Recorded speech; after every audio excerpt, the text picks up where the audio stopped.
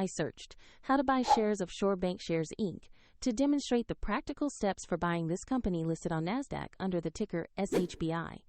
Shore Bancshares Inc. operates as a regional bank, and this explanation is educational only, not financial advice.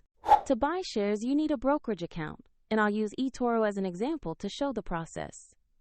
After registering, you will normally need to verify your account with a photo ID and add funds before you can place an order.